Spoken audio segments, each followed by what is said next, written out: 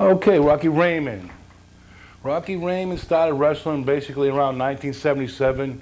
Got out of high school. Was watching wrestling from the Boston Garden. All the great wrestlers like Bruno Sammartino, Superstar Billy Graham, Ivan Koloff, all the great wrestlers, Gorilla Monsoon, Victor Rivera, Mario Milano, all the great wrestlers. And then I went on from 1977, started handing out brochures and pictures of myself. Ended up going to the NWA in 1983 with Dusty Rhodes being the booker down there in Florida. Got to wrestle in Florida for 9 months. Second match, wrestled in a six-man tag with Terry Allen, Scott McGee. Those were my opponents. With Rufus R. Jones. I don't know if you remember Rufus R. Jones from Florida, as well as my partners were Angelo Mosca, Big Nasty, and Jake the Snake Roberts, believe it or not. But he wasn't Jake the Snake Roberts just yet. He was just Jake Roberts. And he was wrestling with Kevin Sullivan down there doing all the Prince of Darkness stuff. And then I got to wrestle great guys like Les Thornton, one of the great amateur wrestlers. I don't know if you guys remember Les Thornton, one of the great, great wrestlers. And then I ran into a guy named Big Daddy down there, 405 pounds. And between wrestling, I was doing a little fence work on the side, and that's where I met Big Daddy. And then I came back to Boston in 1983 after, well, probably 84, late 84. Started running the New England Sports Promotions, which was a local promotion that started here in Lynn on the Lynnway, and was a roller rink. And we had wrestling once a month there, had some great, great draws with, 500 people back in 1984 was a great draw for an independent show. And then started running shows right up until the time of 1993, which I had some great houses here in New England. I had Everett High School for the Crimson Tide. We had the Warlord, you remember the old Warlord from the old WWF or Tri-WF at the particular time. And he packed the house. We had about 1,200 people in Everett at a local independent show. And Don Savio was another great show. And of course, we built on all the locals. And of course, I built a couple of good names up like the Dungeon Master. And then later on after that, we became the Boston Bad Boys. Tony Rumble and Rocky Raymond. We went to ICW with the Savoldis. Wrestled on a lot of TV tapings. Did little things with the AWA. Got to wrestle with the AWA, ICW when they did that merged together for a while, and actually did some merging with Puerto Rico with Carlos Colon. He came down and wrestled for Mario, and we got to talk to Carlos. We got to go to Puerto Rico. So we did pretty good as the Boston Bad Boys, being that we went through a cycle. And of course, Mario's TV was basically very, very, very popular at the time because it was Vince and it was Mario, and he had about 86 different syndications going on, so we got some pretty good exposure with that. But my favorite wrestler of all time, as we well know, is Bruno Sammartino, the living legend. Was the greatest wrestler of all time in my eye because growing up from a broken family, I used to go to the Boston Garden once a month, watch Bruno wrestle. Sort of kept me off the streets, kept me, something to do once a month. And of course, you guys know because you got some of my footage, the film from the Boston Garden, the great legends of professional wrestling, the way I put it. And I used to go there once a month. And I'll tell you a funny story. I walked around and I said, let me see if I can get an autograph of Bruno. And he was walking down, and I got my hand on his arm, and Bruno was going, how do you expect me to sign an autograph when you got my arm? You got those big arms and you're walking around. But anyways, Boston Garden was a great time for wrestling in the New England area because one of Bruno's favorite towns, along with Pittsburgh as well as New York and Philadelphia, those were his great, Mecca towns for him because the Italian ethnic, being that he is, the Italian strongman from Abruzzo, Italy. And basically from there, I met up with Bruno again when they started doing some TV tapings out of Philly, Superstars of Pro Wrestling, with some of the old lawyers from the old days of wrestling. Sam Medica was there, Larry Zbyszko was there. They were doing the feud with Bruno's son David, Larry Zbyszko against Bruno Sammartino Jr. They were trying to really enhance that, try to get a little push off the TV with the big feud with Larry Zbyszko and Bruno Sammartino in Shea Stadium when they did that big angle on TV where Zbyszko hit Bruno with the chair, being his teacher, and knocked him out, and built it from there. And then from there, I did some other, like I said, my own promotions for a while because, hey, all these people doing promotions, it can't be that too hard to do. But I found out promoting professional wrestling is not very easy. Not very easy at all. And from there, basically, I started running my own shows, did some local spot shows, and we ran shows right up to 1983 till the business sort of got exposed with all the glamour and the glitz. Like the era of Bruno was ending. and then Hulk Hogan happened to be in the right place at the right time. The best thing that I can explain about Bruno is if you mix a good mortar, if you're making a brick wall and you're mixing in the mortar, and you get the nice mortar and then a nice mix, you got a nice foundation, you're putting the cement in between the bricks and you're building, and now you got a good foundation. You know, a person like Hulk Hogan, he would be in the right place at the right time. He didn't really have much of a wrestling ability compared to the days of the 70s and 80s, but he had the charisma as being in the right place at the right time, and the bleach blonde hair, his size. But as far as chain wrestling and what I call Bruno Sammartino charisma, Bruno used to get the guy in the middle of the ring, get him in the hammerlock and count 1, 2. The whole crowd in the Boston Garden would be count 1, 2, or all the way up to 10. And he'd hammerlock you right up there. And then, you know, moves like that made Bruno Sammartino the man that he is today. And like I said, you got to have good mortar, because if you don't have a good foundation, what happens? The building crumbles. So evidently, Bruno made a good foundation, because you know what? Hogan was up top. Bruno made a nice foundation all the way up to the top. Don't forget, Bruno came back 2 or 3 times as champion because they weren't doing so great with the entertainment. So they brought Bruno back in a couple of times. They gave him the belt back in 1977, gave him another run. And then finally Bruno said, I've had enough of this. And he dropped the championship again. And that was basically the end of it. The last time you seen Bruno in some great matches in Boston were against superstar Billy Graham. Some great matches with Bruno in 1971. Unfortunately, one of the downfalls for me was when Bruno lost the title in 1971, because back in the day they didn't have any TV like they have it now, and you'd know what was going on here, there, everywhere. Bruno lost the title in New York. By the time it got back to Boston, it was, you know, it was like you were heartbroken. And the wrestling magazines did the stories like from, you know, the 1971 feud with Koloff and Bruno, and then you could hear the people would say, well, you could actually hear a pin drop in the Madison Square Garden because it was so quiet when Bruno's shoulders got pinned to the mat for the first time in 1971. It was unbelievable. Of course, you know, Bruno had some tag matches, and you know, he'd get double teamed or he'd get pinned. Someone would come off the top rope to double team him to bring back a return match. But some of the great matches in Boston you'll never see again. But in 1971, that match with Ivan Koloff, even though Bruno had lost the title, you couldn't compare it to any WrestleManias. The chemistry of the match, the storyline of the match, it told a story, the moves that they were doing, and of course, don't forget, that was a boxing ring in Madison Square Garden. That wasn't a wrestling ring. That wasn't those rings with the springs and the big pads and the pads around the ring. That was a legitimate boxing ring. Matter of fact, I was watching it not too long on Classics, and I noticed the ring. It was Muhammad Ali against, I think it was Frazier or whatever, but I noticed that was the ring that Bruno wrestled Koloff in, and that was a 4-strand rope ring with the hard base. There was no spring in it. There was none of that, you know, like they have today, a WWE ring. You go in the middle of the ring, it's like a trampoline, more or less. Back in the day, a lot of hard rings, a lot of hard blows. When Bruno got in the ring and he wrestled, he'd hit you with some very hard blows that go the distance, that gave you what you wanted. They wanted to see heavy wrestling, heavy blows. And that's what you got with Bruno Sammartino. You didn't get this. There was no, now they go back and forth. It's like boom, bang, bing, boom, bang, bang. You can't keep track of it. It's more like they're doing gymnastics or they're doing some kind of, but a lot of people compare it to cartoons actually now, because there's no selling. They don't register. They do 10, 15 clotheslines.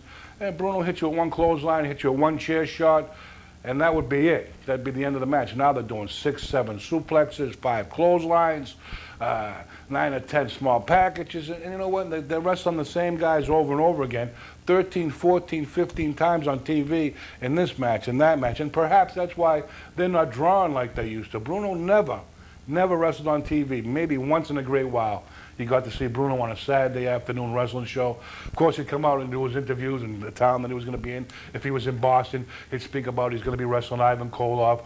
He's going to do whatever he's going to do. He's going to do 100%. And then he'd come into that little pitch when he'd say, Bruno, can you say a couple of words to our Italian-speaking friends? And then he'd go into his rap, and the people would love it. They'd absorb it like a sponge. When Bruno came to Boston, it was more like you were going to see your father. It wasn't like you're going to see a wrestler. You're going to see someone that you really had feelings for. When he got in the ring and they were putting him down, they were putting the boost to him, the crowd would really take it to heart. And, you know, they're really getting into the matches. Now it's like, you know, They get into the match and they're booing, they're doing this, they're doing that. Who's the heel? Who's the baby face? When Bruno went sideways and he went like this, you knew he was going to make the comeback and he's going to have the guy in the corner and he was going to do exactly what you want him to do, maim the guy, pin the guy, and before you know it, Bruno was in the middle of the ring with his arm up, victorious, and that's what all the fans wanted in Boston because we loved him in Boston. He was very, very well known. Very, very loved. He was loved in New York, Boston, Pittsburgh, Philly. Those were Bruno's towns, and those were Bruno's days and Bruno's days of wrestling. That's what it was about with Bruno. He gave you a good professional wrestling match. It wasn't entertainment. It was professional wrestling. That's what it said on the marquee, and that's what Bruno gave you. He gave you money, your money's worth. If you paid for $6, $6, $7, $8, $10, whatever it was, at the Boston Garden, and you were up there in the rafters, and you paid $2, you still got your money's worth. You know why? Because you got to see a great living legend and a great wrestler. That's what you saw with Bruno Sammartino.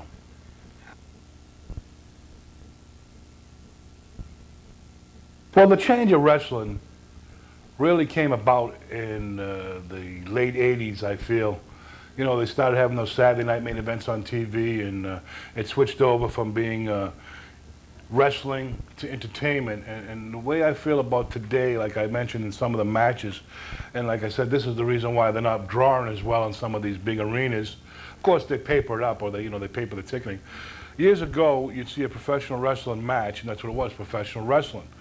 Now they got the entertainment, they're on the microphone, they're talking for 10, 15 minutes. And to me, I think it's a waste of airtime in some of these angles that they're doing. And it's really, you know, what they're doing with the lady wrestlers, or what they call them divas now. They're making them look like, you know, this big. I mean, this is what people want to see, I guess. That's what sells. But years ago, what would sell would be the feud. Bruno wrestled Ivan Koloff for the first time. Matter of fact, I tell you, I went to the Boston Garden in 1971. It was Bruno Sammartino against Ivan Koloff, the Russian Bear, and the manager at that particular time was Tony Angelo. And Koloff came into the ring and was 280 pounds, his shoulders rounded, huge man, huge legs, huge all the way around. I mean, Bruno was a big guy, 265, 270, but Koloff sort of made him look a little, you know, Koloff was a little bigger, and the matches, the things that they did in the matches, the body slams, the full slams, the way, the technique that they did them, the arm drags, the setup for the moves. Today, they're doing things continuously. They're doing the same moves over and over again. If you watch one match, you're going to see all the same moves in every match. You're going to see a clothesline 100 times. You're going to see, you know, the big boot or whatever they call it. You don't see any kind of technique. You don't see any story, like, you know, to put the match together, build it up, you know, build up the heel, build up the baby face. The comebacks were different back in the day. You know, when the baby face made a comeback, when Bruno made a comeback on a particular wrestler like Koloff or somebody, or superstar Billy Graham, or other great guys that he wrestled, Spiros Arion, a great feud in Boston with Bruno. Let's see, one of my favorites, of course, is Ivan Koloff. One of the greatest matches of all time, like I mentioned, was with Bruno and Koloff in Madison Square Garden. But guys like superstar Billy Graham, let's see, Stan Hansen had some great matches. Of course, Stan Hansen was the guy that broke Bruno's neck back in New York, and had some great matches with him. Zbyszko, the feud with Zbyszko. But even before that era of the 80s and the 70s, comparing wrestling now to what it was, there's just no comparison, in my eyes anyways. I mean, I feel that basically that, you know, the times change and everything, but I'm old school and I'm stuck on those days of the wrestling that kept me out of trouble, that I came every month to see. And, you know, guys like Strongbow, he had his great war dance, and he got into the crowd and they loved when he came down the aisle. The bells were shaking, the colors from the headdress, all that particular stuff. There's a lot of great wrestlers that have just gotten forgotten about, you know, compared to what they are now. I mean, there's 30, 40 wrestlers. Back in the day, I mean, if there was 15, 16 guys in the dressing room, that was a lot of wrestlers. Now you're talking 30, 40 guys in the dressing room and 2 or 3 hours of TV tapings. You know, back in the days of Hamburg, PA, and Ray Morgan out of Washington, D.C. when they came on. Like I said, Bruno never really wrestled much on TV, but what he did was he'd come out and he'd tell what he's going to do, where he's going to be, what town he's going to be in. Very rarely he'd wrestle on TV, but a couple of times, very, very few, he did wrestle on TV. And that's why today they give it away. They give it away. And perhaps that's why, like they say, of course, all these buildings, you watch them on TV, they're all filled up, but a lot of that is papered. a lot of them, you know, to get in the building and what have you. But the box office king, Bruno Sammartino, he sold out Madison Square Garden, I don't know, over 60 consecutive times. He didn't have no music. He didn't have no robes. He didn't have no glitter, no glitz. Just what I call Bruno Sammartino charisma. And a lot of these guys, they can't crack it. They just can't do it. There's no replacing a guy like him. Like I said earlier, it's like a good mortar. When you build it up, if you don't have the good mortar, what happens? The building crumbles. And it's starting to crumble in a lot of ways. A lot of ways.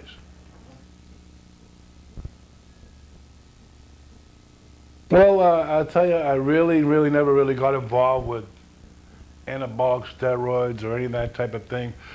As far as you can see, I'm not really that small. Nothing that a nice ravioli dinner wouldn't take care of, and some meatballs. But today it's the quick way. You know, they want to get there quick. They want to get the big arms, the big, and of course, competing in the wrestling today, it's more or less you got to have that sculptured body. You got to have the big arms, you know, the sculptured body and everything like that. Years ago, of course, they were big, they were heavy, they had some thick meat on them. But a lot of the guys, they never really had the money, number one, or the access to get to the drugs. Today, they're out there. I mean, if you want them, you can buy them, and if you use them. But I never believed in steroids, and I never had any use for them because a good workout in the gym, a good meal, good rest, good sleep, a good conscious mind of what you want to do. You set your goals in the beginning, and you don't need something like that. But like I said, today's market, it's a lot different. You got to be sculpted out like, you know, a Greek god or something. And that's what a lot of them are looking for. Well, a lot of these guys, they have great bodies, but they have no ability. They have no, you know, they can't chain wrestle. They're very stiff in the ring. Their reflexes aren't good. They don't know how to sell. None of these wrestlers today in the business, as you know, selling. The king of selling is a superstar Billy Graham. He had more color than a box of crayons. I mean, the guy could go in the ring and could make a broomstick look good. And one of the last matches in Boston was superstar Billy Graham against Bruno, and Bruno came back one more time. He wrestled a handful of guys, came back through the area, and superstar Billy Graham was one of the greatest sellers. And you know, when he registered, and he had that ring presence, he had the talk. He could talk on the microphone. He could work the stick. He could tell a storyline. And today, they get in the ring. They don't know how to build up a match. They don't know how to build it up like a, you know, finally, and then it just overflows into what I call some of the greatest feuds in Boston, which was superstar Billy Graham, the Ivan Koloff matches. A lot of the great matches that I really enjoyed going to see was some of Bruno's matches. He wrestled the guy Waldo von Erich from Germany, of course, the big feud with Bruno and Waldo von Erich, because you know the history of Bruno, when he had to go up to the hills there, and when they had the war in Italy, he had to go up to the hills, stay up there in the hills and eat grass and you know, eat snow to maintain, you know, living quality. And he come a long way, Bruno. Bruno's done a lot of great things for professional wrestling, and I think that a lot of the people don't realize just how much he's done, because basically they're looking towards the glamour and the glitz, like you say, from today, how it is today, and they forget about how it was yesterday. And those were the times that, you know, a lot of these guys, wrestling wouldn't be what it is today without Bruno. I don't care what anyone says about Hulk Hogan, how he was this and how he was that, and his glamour and his glitz. One clothesline and a boot and that lame leg drop that he did. Bruno came into the ring, he gave you 100% every time he came in the ring, whether he was injured, had a broken nose, a bicep problem, one part of his arm can't be wrenched out, he can't even move it, the heavy blows. If you look at Sammartino's hands, he's got double knuckles from hitting people with heavy blows. The matches were definitely a lot more intense than what they are today, because I can tell you firsthand, I wrestled guys like Killer Kowalski when I was 21 years old. And, you know, he blew me up. Of course, he has the stamina, and that was one of Bruno's big opponents, Killer Kowalski, and he had that iron claw, and of course, you got this program right here from Fenway Park. Matter of fact, I got this picture of Bruno against Killer Kowalski in Fenway Park. You see the lights, the baseball field. This was the one and only show that they had in Fenway Park, and you can see how Sammartino hit Kowalski with the chair, square across the head, square into his head, no hands up, a square, heavy blow to the head. And that's the way it was back in these days. It wasn't no this or that, or it was one heavy blow, boom, hit him with the chair, covered him. This was a Sicilian stretcher match. He went out on the stretcher like a grobber, and he laid out, and Bruno laid him out because basically you're talking two different personalities. Kowalski was the killer. Everyone knows how he got the name. He jumped off the top rope in Canada on Yukon Eric, going for his throat, sliced his ear off with the side of his boot, and that's how, you know, Walter got the name Killer Kowalski, because he sliced the guy's ear off. He was aiming for his throat, clumsily as he is. He slapped the guy's ear off with the side of his boot, and the ear went rolling off, and he became Killer Kowalski. And that's how he became, and that stuck, and that stuck in everyone's mind. That's why, you know, things like Bruno, the bear hug, the backbreaker, the hammerlock in the middle of the ring, these are the things that you can remember. I can't even remember a good Hulk Hogan match, to tell you the truth. I mean, compared to the matches that I used to go see. I can remember, it's funny, I can remember Bruno's matches like they were yesterday, but I can't really remember, as I'm sitting here right now, a good match that's been on TV. You got guys like Chris Benoit, of course, and the late Eddie Guerrero. You got Mysterio. They're all great athletes, don't get me wrong, but they just don't have the charisma of Bruno Sammartino, the ring presence. It's all about ring presence. Guys like Bruno, Koloff, those guys. The ring presence was phenomenal. Phenomenal. Really phenomenal.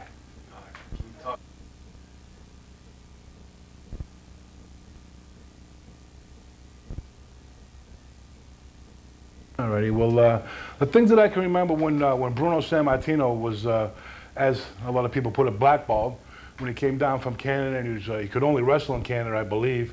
He was, you know, blackballed because of one thing or another, I believe, when his son came into it, David, and they were using the Bruno Sammartino Jr. gimmick in some of the matches that as a matter of fact, I got to wrestle David Sammartino, and it was almost like wrestling Bruno himself, because he was so close, and it was like a chip off the old block. All the moves were done just like Bruno did them. You know, the body slams, the headlock to one tackle, the drop down to the arm drags and stuff like that. But a lot of the controversy with Bruno was, I guess, because he didn't really like the steroids, and he didn't want to get involved in that kind of stuff, and he didn't want to be involved in that. And as far as Toots March, going way back to the days of, you know, Buddy Rogers and the guys like Dr. Miller there and all the great guys, Bill Watts, back in the 60s, you know, the 60s, the late 60s, those guys there, that's where you talk about some real hardcore wrestling. With Bull Ramon, you get guys in the ring that they'd probably try to, you know, if you beat Bruno Sammartino, guess what? You're going to get a good name in wrestling back in the day. So a lot of guys would go out there, try to really put a hurt on Bruno, and that's where he had to put his defense up, because a lot of these guys knew if they beat Bruno Sammartino, they're going to rise to the cream of the crop, and the other guys are going to fall to the bottom. And Bruno had it hard for a long time, I believe. He didn't get to wrestle in all these big places, and he had to, you know, go up to Canada and wrestle. I guess that's where he met Ivan Koloff, the Russian Bear, up in Canada. Brought Koloff down to, you know, the Vince McMahon territory, or Vince McMahon Sr. back in the day. And the blackballing is like, I can relate to being blackballed because, like I said, when I was doing my promotions back in the day, once I did some of my own spot shows where I wrestle for ICW, I get some TV exposure, or I go here or go there. I'd come back and run my own shows, and it got to be, well, he's only come to do TV so he gets some TV exposure, then he can promote his own shows. Right, but that's the way things go on. You want to excel in wrestling. You don't want to, you know, stay on the bottom. You want to, you know, build your way up. And as much like I did my own thing.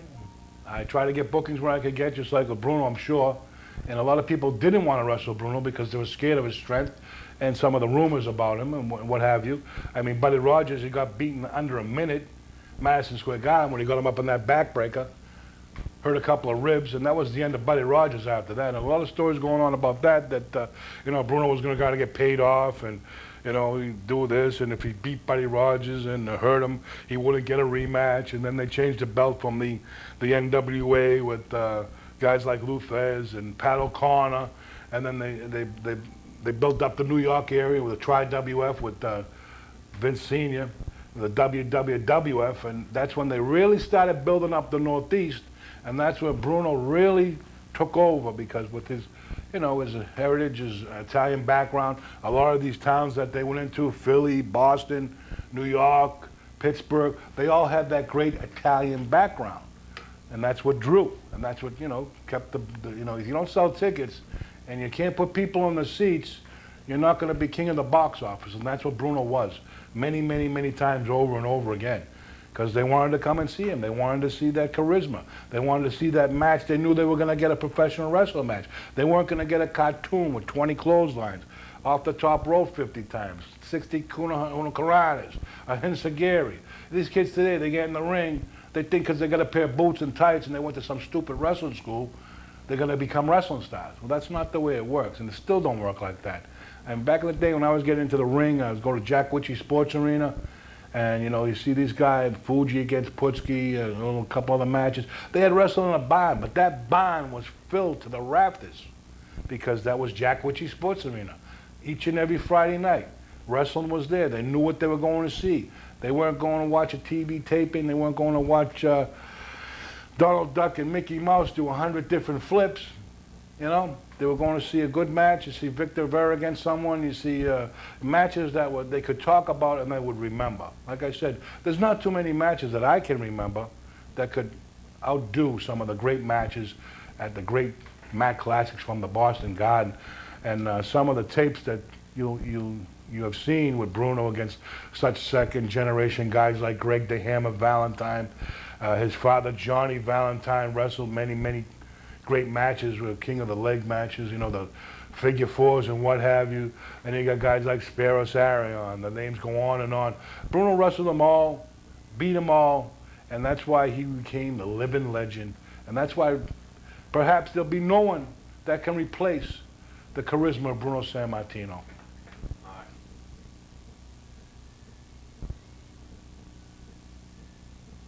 Okay, well, basically, the WWE Hall of Fame. I don't want to put down the Hall of Fame, but some of these guys that are in the Hall of Fame, they came through, a lot of them like Harley Race, those guys, the Sheik, all those guys, they came into WWF later on. Do you know who the first guy ever should have been in the Hall of Fame before they even started doing it? The name is Bruno Sammartino, because he's the man that made this area, the Northeast, what it is today. And I don't care, bar none, any wrestler that you want to put up, bar none, Bruno put his time in and built the territory. But I call it the Hall or the Mall of the Fame. Mall, it's like a Mall of Fame, because you got guys that weren't even here. You got, okay, Orndorff was a great wrestler. The Iron Sheik was a great wrestler, the greatest Saint. He was inducted in the Hall of Fame. Tony Atlas was great. He just got in last year, I believe it was. Guys like S.D. Jones. Those guys, they put their time in, yes, but there was only one guy that should have started out with this Hall of Fame, and it should have been Bruno. But Bruno, perhaps, he doesn't get along with the gentleman that's running the show at this particular time, and it's his choosing. Of course, I guess they had superstar Billy Graham call Bruno up, and Bruno was no fan of superstar Billy Graham, and go back to the steroids, and that's just not, Bruno really, he had some great matches with superstar, but in the later stages, it touched base with that superstar Billy Graham was the guy that was spreading the steroids around, so to speak, because everybody wanted to be like superstar Billy Graham. He had the big arms. He had the 22-inch arms. He had the great physique. He had the boas. He had the colors. He had everything. So everyone wanted to model himself after that particular body. He was a great bodybuilder, of course, but he indulged into the extracurricular activity, which later on hurt him as far as his kidneys and his liver and his health and everything else. That didn't help him. But Bruno should have been the first and the very first guy in the northeastern area. But his particular likings, they don't get along. A couple of things, like I said, I guess they had Superstar approach Bruno, call him on the phone, ask him if he'd like to come down and be in the Hall of Fame. And of course that year you had one other person that was going to be in the Hall of Fame that year, which was Hulk Hogan. So that's another, you got Bruno and you got Hulk Hogan. You got Hogan over here and Bruno over here. There's a lot to do with feelings in wrestling. It's a very, very devastating. It's a business where you really got to be hardcore. You got to be able to take anything they give you, and how they treat you, and why they treat you. You figure a guy like Bruno Sammartino, they treat him like a king, deservingly, but that wasn't the case with the situation. And I think that Bruno made the right idea. He took the ideas that in his own mind, that's what he wanted to do, and that's what he's doing. He doesn't want to be in it. That's his prerogative, and I go with that. As far as the Hall of Fame go, I don't think that many guys that, yeah, you got guys like the Sheik, like I mentioned, Paul Orndorff, he was a great wrestler, but as we know, the Brandon Bill, Paul Orndorff was a great, wrestler down in Georgia in that area. He came up here later on and had some great houses with Hulk Hogan, great house in Canada. See, I can't remember one match with Hogan when he wrestled Orndorff in Canada outside. That was a very big house they had before one of the WrestleManias. But guys like that, they weren't here all the time. They didn't put the time in that Bruno put here in the Northeast area. There was just there was really no one here other than Bruno Sammartino. You had guys like Strongbow on the undercard, Dominic DeNucci, Mario Milano, Victor Vera on the undercard. But now, you watch wrestling today, there's 30 or 40 guys underneath. And years ago, when Bruno wrestled the Madison Square Garden, there was maybe 15 or 16 guys underneath, and that was it. The main event that you were coming to see was Bruno, whether it was against Beppo Mongo, whether it was against whoever the big name was at that time that was trying to come and take the title from him. That was the big thing that was back then. Now, you see these guys, they wrestle on TV Monday night, Tuesday night. It's on again Friday night, Saturday night. They're burning it out, and that's perhaps why, like I said earlier, they're not getting the big crowds at the box office that they did years ago with Bruno.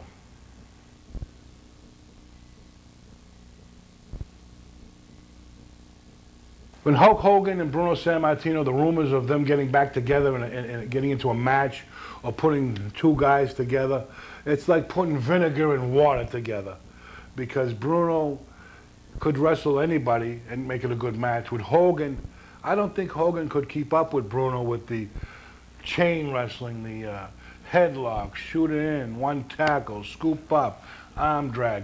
Those were the moves that made chain wrestling the way I look at it. Hogan's moves were very hitting his own hand, the punches, hitting your own hand, and showing the people that you're hitting your own hand. Shooting off the ropes, laying the big boot, and then that lame leg drop that he did. I mean, I can't compare those moves to the matches where Bruno had to adjust to every wrestler that he wrestled. Hogan never adjusted. He never changed his style. He never changed anything. When Bruno got into the ring like a guy like, I will use Killer Kowalski, the king of endurance, you had to maintain, you had to set yourself up and last yourself out, like to make yourself last. You had to stretch yourself out, stretch your stamina out. And you get in the ring with, when Bruno got in the ring with Beppo Mongo, the big Mongo, he had to know that his strength, he had to use strength or what have you. And you get in the ring with Hogan, what are you going to do? He doesn't take a body slam. He doesn't know how to do a hip toss. I don't ever think I ever saw him take a backdrop. Can you imagine Hulk Hogan taking a backdrop? He'd die. I don't think I ever saw Hogan do an arm drag. These are all moves that were, you saw over and over again. These were all great wrestler moves, but you never seen Hogan do them. See, Bruno could wrestle anybody, whether it be the big cat Ernie Ladd, whether it be Larry Zbyszko, whether it be Adrian Adonis. He could adapt all these guys wrestling because he was a great wrestler. Hogan never changed his style. He did his 3 moves, and that was it. Cold, clean, and that was it. That's what they... when people come to see Hogan, you know what you pay for? You pay for his ring entrance. After his ring entrance, gone. Nothing. It's like the bad mortar. You ever make a bad mix? The bricks don't stay up. They're all crooked. It's not like a mix that... It's good mortar. Nice and thick, nice and, it stays there, can adapt, strong foundation. Hogan was basically paved the way for guys that everyone knows Hogan, they was a knockoff of superstar Billy Graham. Jesse Ventura, there was like a 3-way mix there on that sort of that gimmick, because Hulk Hogan wears the boas, superstar Billy Graham. And in Superstar's book, he tells that Hulk Hogan was in the Tampa Armory, which I wrestled, matter of fact, I wrestled Bobby Duncombe at Fort Hessley Armory in Tampa, the same place where Hogan was in the audience, saw superstar Billy Graham, and, of course, wanted to be just like superstar Billy Graham, the big arms, the boa, the colors, all that stuff.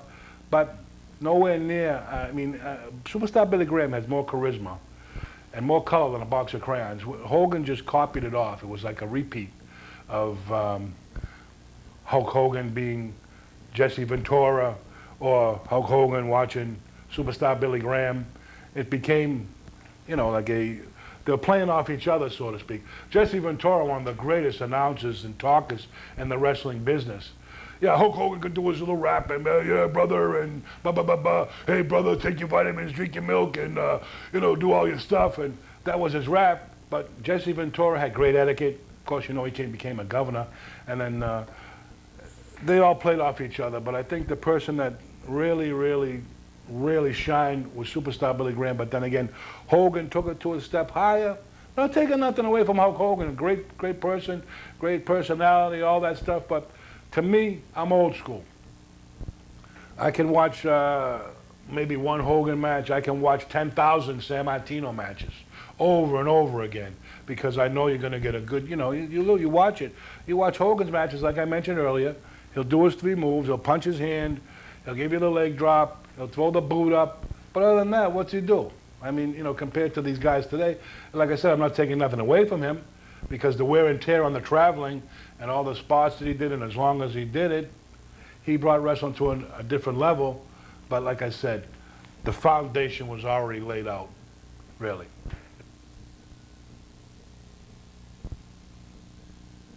Well, I think as far as a lot of people back in the days, you go from the 60s to the 70s, the 70s to the 80s, the 80s to the 90s, everyone, you know, they knew that from a certain point that entertainment is entertainment, wrestling was wrestling. When I was a kid going to the Boston Garden, like I said, I was a wrestling fan first, then I became a wrestler, and from the wrestler I became a promoter, and now I'm back to just being myself, I guess. But with Bruno, you knew some of the things, and I watched a lot of the things. It's like if you're playing in the backyard with your buddy, and accidentally you're playing football and you tackle him a little hard.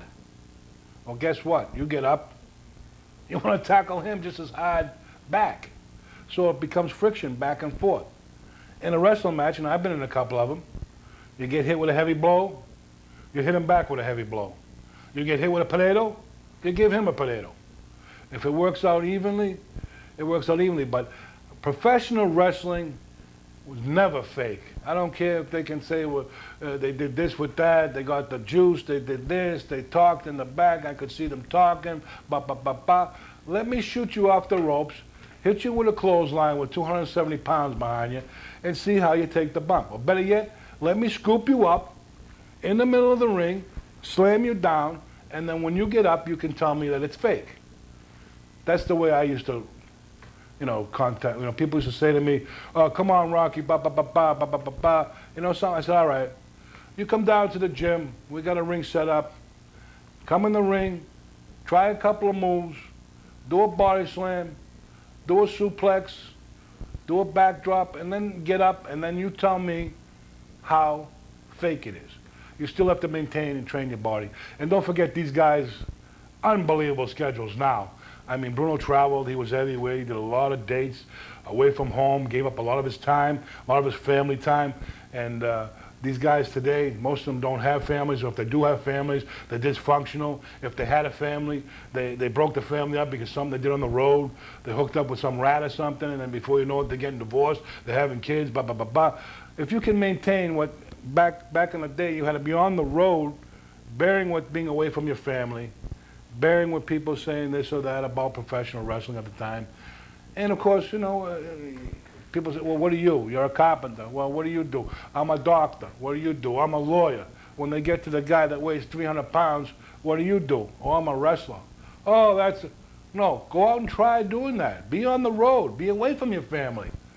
It's a very, very, very, very hard strain on your body, on your mind, on everything. You got to be a very strong person to be a professional wrestler. You got to have your act together. And you know, a lot of these guys, as you well know, I don't know how many guys that you've interviewed, but I'll tell you, anyone that you probably interviewed does not know Bruno Sammartino as well as I do. I grew up with Bruno from the time that I was going to the Garden in the early 70s, all the way up to his last match when he wrestled High Chief Peter Maivia in the cage. All the way up until that point, I followed Bruno Sammartino's career. Like I said, he was one that you could take interest in and not lose interest. I mean, some of these guys that are on TV now, I mean, you watch them once, that's it. You saw them. You saw what they had to offer, and that's what they had. With Bruno, you didn't know what you were going to get. You knew he was going to give you 100%, and you knew it was going to be a great match, but that was the mystical, you know, of who he's going to come in against. He was wrestling Waldo Von Erich, or if he was in the Boston Garden against the original Sheik, Eddie Farhat, and they threw the ball of fire. You go, wow, he just threw a ball of fire. He just threw a ball of fire at Bruno. And you remembered that. Or when he wrestled Gorilla Monsoon. Gorilla Monsoon's in the middle of the ring. They're fighting back and forth. Bruno scoops him up, slams him in the middle of the ring, and the ring collapsed. Those are the things you remember. You don't remember a leg drop. You don't remember one boot. I mean, the matches go on and on and on. You remember these things because these were the things that you really, really stuck in your mind. And that's the way it was with me in Boston Garden. And I miss it. I miss it. You know, I'm going to be 47 years old this month. I'm October, just like Bruno. Bruno just had a birthday, and you know, it's something that gets embedded into you. It's like if you watch a nightly show, like once a Monday, you know, you're looking forward to watching a show. That's how it was on Saturday morning. I was looking forward to watching wrestling, seeing what was going to happen, who was coming to the Boston Garden, who Bruno was going to wrestle, and who his next foe was going to be, and who his next feud was going to be against. And that's the way it built up. It wasn't, he wrestled him one time, two times, 13, 14 times. And some of the big arenas, of course, as we well know now, Bruno wrestled them in New York, Pennsylvania, you know, all the way around the loop. Now, they don't last as long because you already saw him on TV wrestle the guy 15 times. Why are you going to go and pay to go see whoever, Chris Benoit against whoever he's going to wrestle, because you saw him on TV 15 times already? When Bruno came to town and they said, well, Bruno Sammartino's going to meet Ernie the Cat Ladd. We said, wow, I haven't seen that. I never saw that match. They came out in groves, and that's why they call him the box office king. That's the way wrestling is. From then and now, you can't compare it.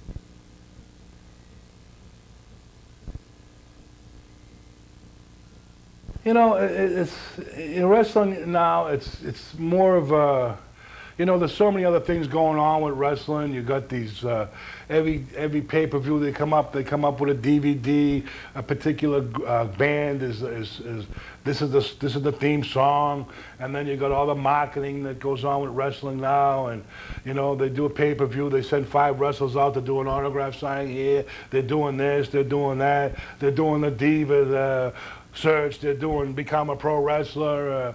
You know, all these things. They're doing so much in the entertainment that they're forgetting about the wrestling part of it. And in the belts, all these belts, you got this tag team, SmackDown tag team, you got the WWE tag team, you got the World Championship, the belt that Flair brought in from the NWA, then you got the WWE Championship. You got so many belts, guess what? They don't mean nothing. What do they mean? You got the Intercontinental, you got this belt. There's so many belts that they don't mean nothing. I mean, really, when you think of it, when I was watching wrestling, there was one champion and one tag team champion. And you know, you didn't really see tag team. You'd see a tag team title match on TV. Like I remember Tanaka and Fuji against Tony Garea and Larry Zbyszko, or Tony Garea and Dean Ho. You'd see that match on TV, that tag team match, and what would happen is that they'd have a tag team title change from Hamburg, PA, and that's what they'd see. I remember one time was Tony Garea and Haystack Calhoun, they beat someone, or the Samoans beat someone and won the title. It would always be on TV on a Saturday morning, that tag team title change. But now there's so many belts. You got the tag belts, this belt, that belt, and it don't mean nothing. They don't mean nothing, and that's, you know, oh, you got a championship belt. Yeah, you got to carry it around the airport and put it through the machine and blah, blah, blah, blah. And, you know, that belt doesn't really mean, like, let's say California, I wrestled in California twice, big $35 payday back in 1981. The main event was Fred Blassie against the Greek John Tolos. Like I mentioned, Ring entrance is probably the big thing because it took Fred Blassie 20 minutes to get to the ring. When he got to the ring to wrestle John Tolos, he bit him, he busted him open, and it was 6 minutes later, they were walking back to the dressing room. So it's all about the wrestling sometimes, and when I train most of my guys like Tony Rumble, the Dungeon Master, I told him, I said, you know something? You got to remember that. Your entrance is everything, just like The Undertaker. He's a great wrestler. Don't take nothing away from him, old school, all that, all the moves that he did, but what has kept him on top for all these years? His ring entrance. And that's what keeps you going. And like with Bruno didn't need no music. He didn't need a colorful ring jacket. He didn't need some rack music to come down to. He didn't need to get on the stick and say, I'm going to do this and I'm going to do that, or break into it. He came in the ring. He gave you what it said on the marquee, hardcore pro wrestling, heavy blows, great matches, and that's what you got. You got your money's worth.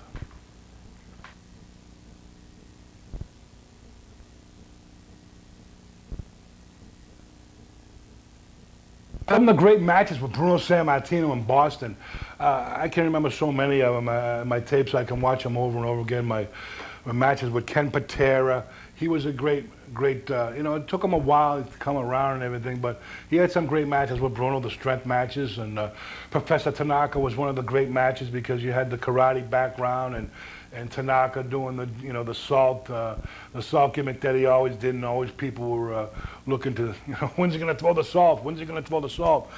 Mr. Fuji was a great wrestler, took some great bumps against Bruno in Boston, and comparing great matches, one of my favorite matches in Boston, I have to say, between superstar Billy Graham's feud with Bruno, and then of course Ivan Koloff was my favorite because once I got to see that match in 1971 in Madison Square Garden, and the technique and the storyline of the match and the moves, and just Koloff was one of the greatest heels against Bruno of all time. Of course, he was the one that dethroned Bruno for the first time, so that kind of sticks in my mind.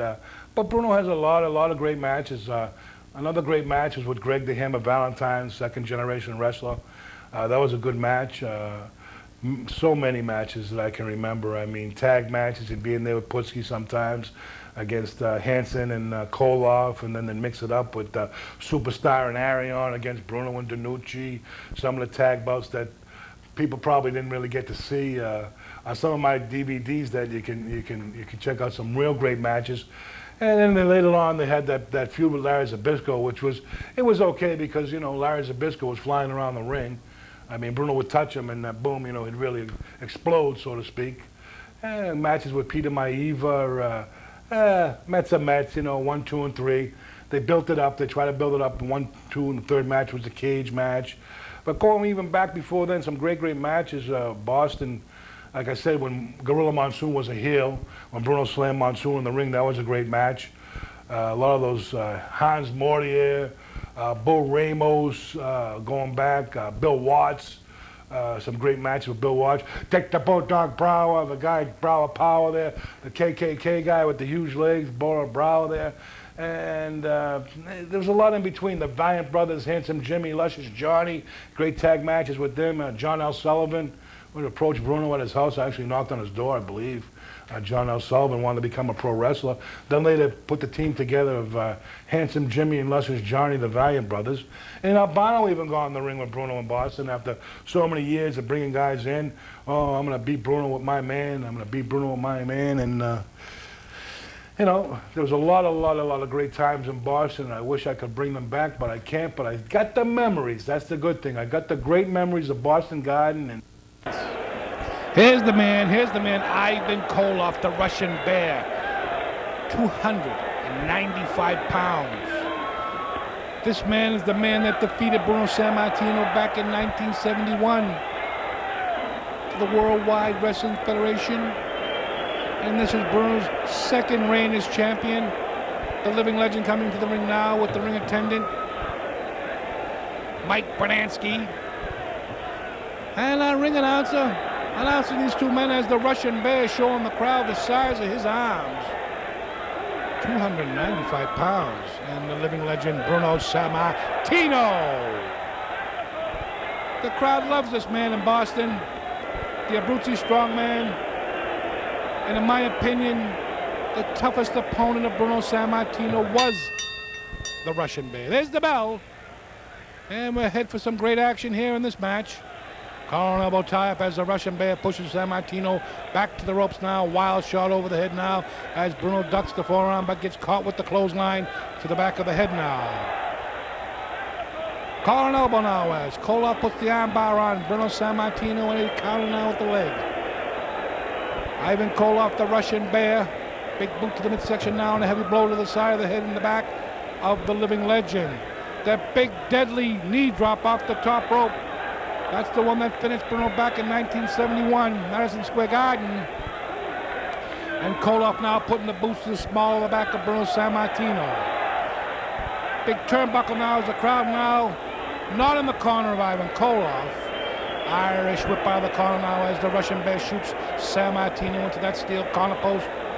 And now referee John Stanley, one of the head referees here in the Worldwide Wrestling Federation. Sammartino snatches the side headlock on the Russian Bear, Ivan Koloff, as he shoots Sammartino into the ropes now. Big shoulder tackle now as Sammartino crisscrosses. Big body slam, scoop slam by the Russian Bear into a kick out now. Ivan Koloff, big arm drag by Bruno Sammartino. Loves to work that arm now, Sammartino. Many people in Boston know the hammerlock in the middle of the ring now. And he's got that arm bar on the Russian Bear. Shoots him in now, one shoulder tackle now. Into a big hip toss. Kick out by Sammartino. Back on that arm drag. And the crowd loves this Abruzzi strongman. That's right, the Abruzzi strongman, Bruno Sammartino. Better known as the living legend. The box office king in Boston, New York. He sold out all the big arenas. This is professional wrestling. Like it says on the marquee, it's not wrestling entertainment. It's professional wrestling. They're crisscrossing now. Koloff, Sammartino. Big arm drag by the living legend. And John Stanley right on top of the action. Great referee now. All the great main events here in Boston. And Sammartino sits down on that arm bar. And Koloff shoots him in again. Oh, the double tackle now. Sammartino outside the ring. This is where it gets dangerous. This is where it doesn't become professional wrestling. It becomes a Donnybrook, and they're outside the ring now. Sammartino trying to shake off that shoulder tackle. That 295-pound Russian slamming into him like a freight train. And he's putting the boots down hot and heavy onto the chest of the living legend. Sammartino now starting to feel the wrath of the Russian, and he kicks him outside the ring again. Bruno Sammartino, the living legend, the foundation of professional wrestling. This is the man that made it all come true for all the big stars that are in the wrestling business today. He made wrestling what it is, as Koloff in the corner now comes back into the ring. Couple right hands followed up by a big right boot to the head of Koloff. And Koloff now going to get a taste of Bruno Sammartino. Right hand sends it railing outside the ring. Sammartino's coming out after him now. This could be dangerous. Oh, he rams him into those plexiglass security barriers outside the ring. And the crowd trying to get at the Russian Bear. Koloff trying to make his way back into the ring, and Bruno to no avail.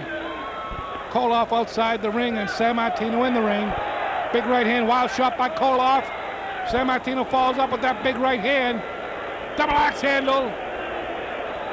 Another right forearm sending Koloff off that ring apron down to that hardwood floor. That's right, there's no mats around the floor. This is the old WWF. Test the strut now into a big boot. And a right hand into Ivan Koloff's head. He's whipping him out of that corner. Irish whip. Hit that corner buckle. Oh, he ran into that big knee. That's the one.